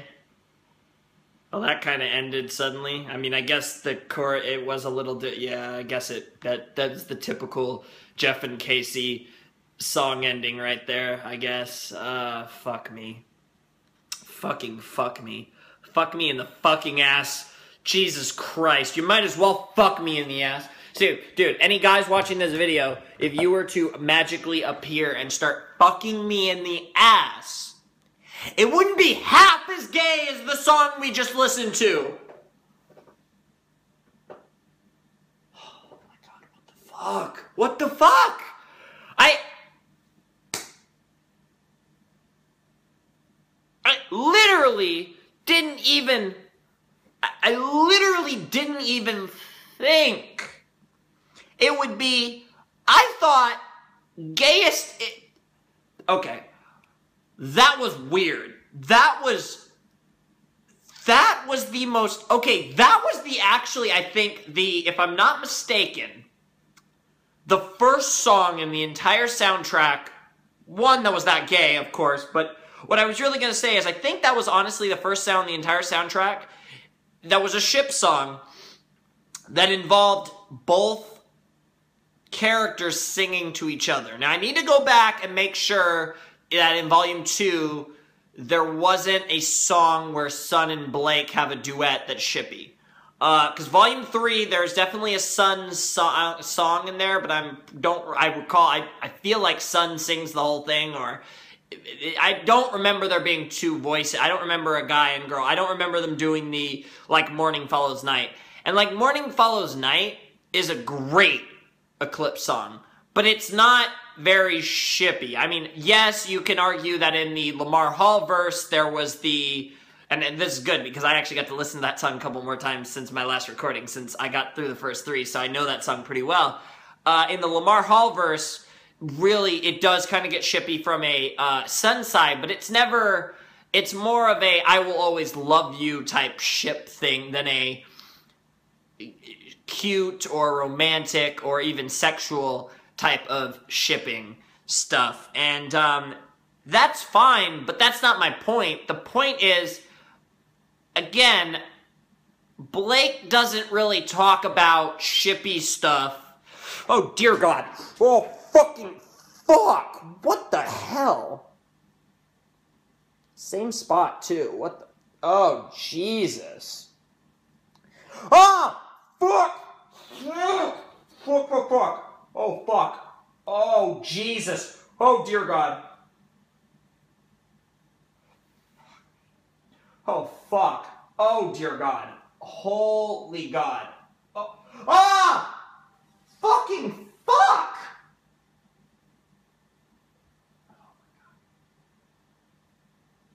Oh, okay. Okay. Okay.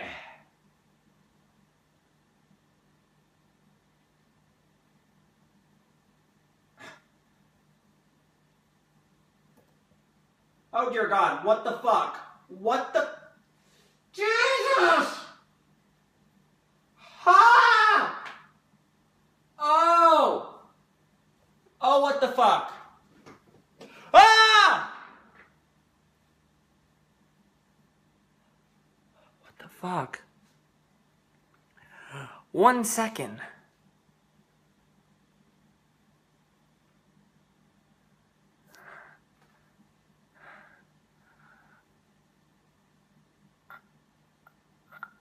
Oh my God.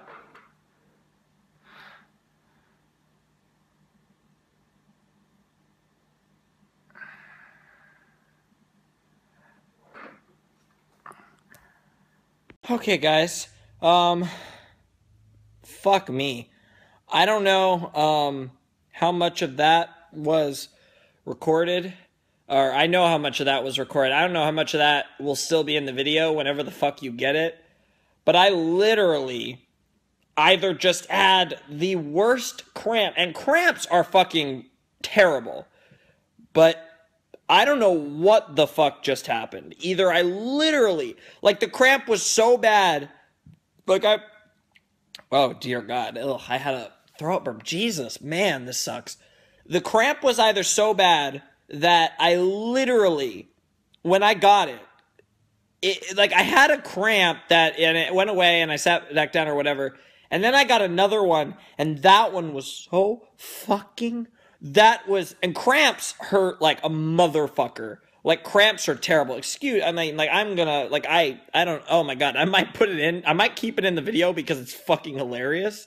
I blame Bumblebee for this, but I think I got the worst cramp in existence. Either that, or I blew something out in my fucking leg. Just doing nothing, but, you know, that's how it happens. It just happens, and because, holy shit, I literally could not walk. I was barely able to keep myself up on my left leg, and I was able to, not even limp, I was able to, like, eventually, I was able to manage myself over to the couch and, you know, get a pillow and put it under, it's like in my calf, and put it under that pillow and keep it elevated and it's slowly, the pain's going away. In fact, it's pretty much all gone. I don't know if I'm okay or not, but that was literally and I've had a decent amount of cramp. You know, I've played sports. Cramps are the fucking worst. They really are. That was by far the worst cramp of my life, and I think it had a lot to do with where I got it. I do think it was just a cramp. But I am hesitant to even fucking get up right now. So, at least for right now, I did take my phone with me while I was potatoing over here, just because I don't know how long I'm going to be on this couch. So real quick, I do want to finish the video by saying that this was a fucking awesome soundtrack. I don't know where I was talking about Bumblebee. It's super gay. I wasn't expecting that. I honestly am. I'm actually thinking really clearly, but I'm not remembering anything detail-wise, so it's weird. I'm actually, because, you know, pain makes you, like, really, like, it does clear up your head, but, oh, man, I actually feel fine right now. I'm just a little hesitant to stand back up and go over there. I want to wait, like, 5 to 10 more minutes or something, so, yeah, that was fucking insane. I'm either going to keep that in on the end of the fucking video, because it's probably hilarious, I'm gonna have to watch it back, or I'm gonna cut it out altogether. In fact, if I'm fine, I'm not injured, and I do a regular update video instead of one saying where I can't do videos because I fucking blew out my leg, as long as that's not what happened, I will, definitely, in my update video, I might ask you guys what you think. Although, to be fair, I'll probably be editing it not too long after. And I still want to record some Adventure Time for, get a head start on the big Adventure Time commentary you guys will be getting hopefully on Thursday. Again, if I didn't die just now. But yeah, that was really awesome. The Blake Yang song was crazy. I mean, I actually do remember, I was talking about how, Blake and Yang and their whole, thing was not, how Blake and Sun, I don't think they've had a duet other than, like, Morning Follows Night, because there's very few duets in the series. Like, I always think of Red Like Roses Part 2 as the duet, and it always will be, again, unless we get another one on that level. But, like, Morning Follows Night was a Sun-Blake duet, and yes, there were some lines where Sun was definitely showing his feelings, but we all know Sun has feelings for Blake, and we all know Blake has feelings for Sun. That's not something I think even shippers of Bumblebee would argue. I do think that Sun has stronger feelings than Blake does, but I think no one would argue that they both have feelings for one another to some extent. And, but I honestly think this was the first ship song that had the two characters involved in the ship singing to one another about the ship. Usually it's like Boop, where it's Nora singing about how much she's in love with Ren, but Ren himself doesn't actually sing in the song. I'd have to look back at the Jean-Pierre stuff too, but I'm pretty sure most of the Jean-Pierre stuff comes from Pierre's perspective. Again, I'd have to look back and see, but I honestly don't think there's a ship song that is a duet with them, singing back and forth to each other, unless you guys want to count like Morning Follows Night, but I didn't really pick that up as more of a ship song. I swear there's an Eclipse ship song in a different soundtrack. I want to say Volume 2. That would make the most sense. I swear, or maybe even in Volume 3. I swear there's a Eclipse ship song.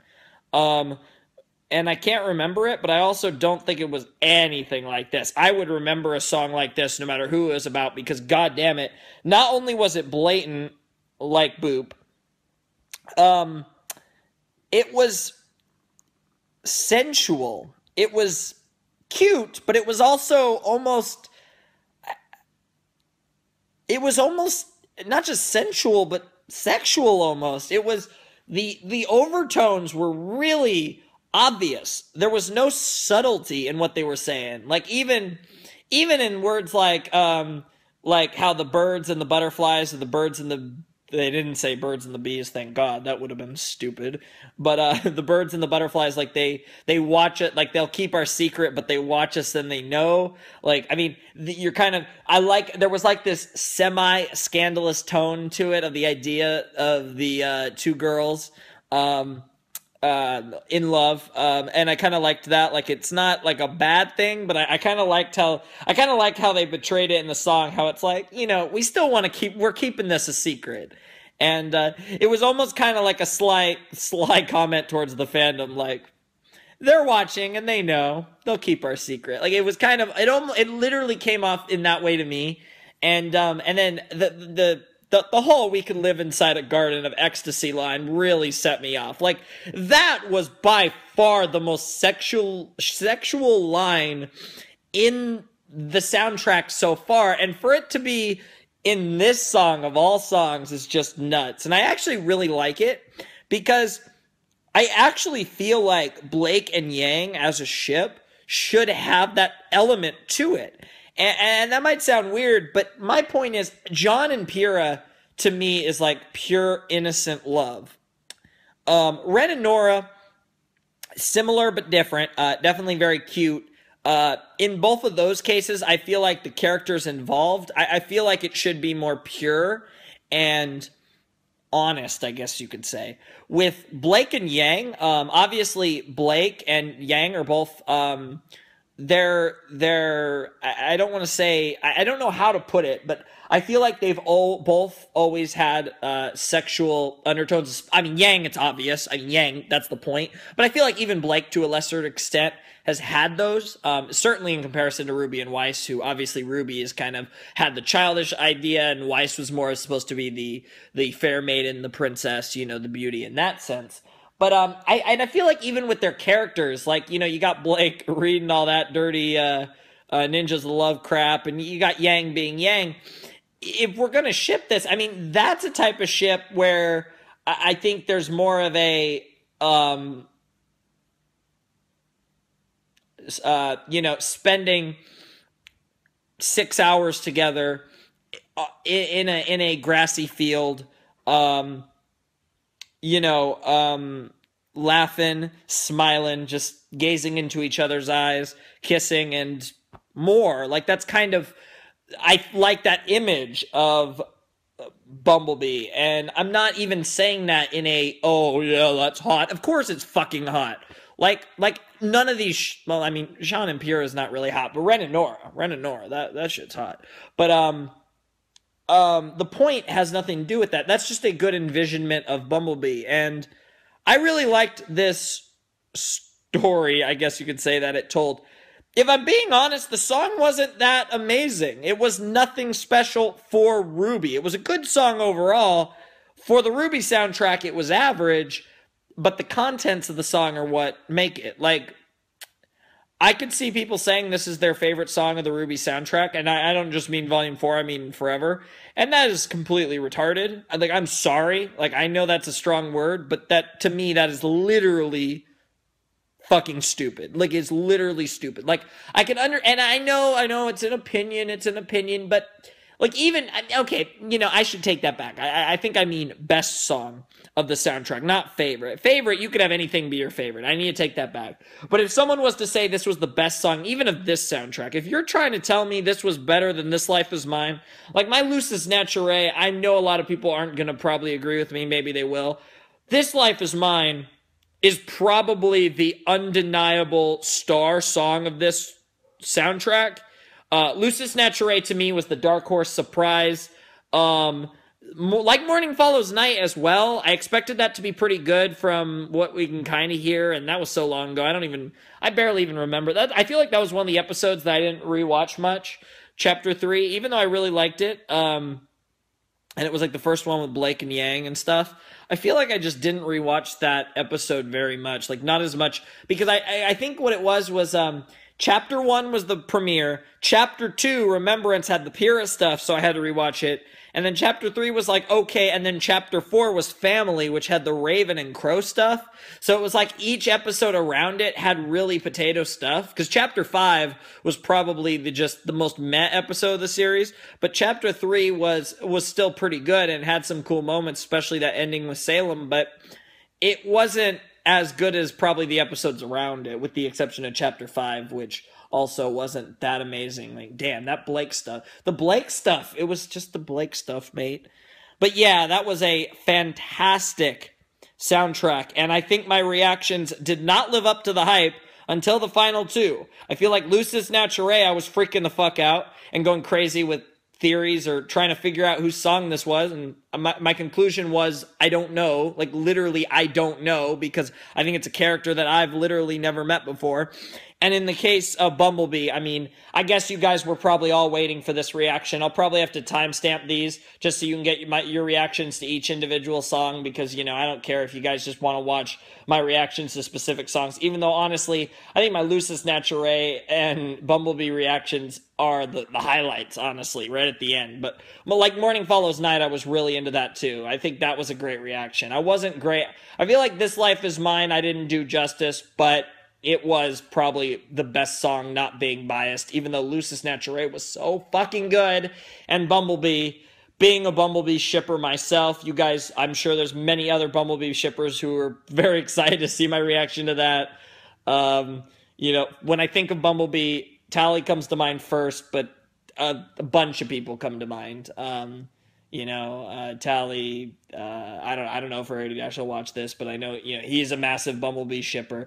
There's a ton of people that love their Bumblebee that I'm sure, that I know watch me, that will probably be amused by that. It was probably pretty funny. But anyways, my leg is okay from the looks of it, so I got an update to record, so I'll see you in a flash. Peace.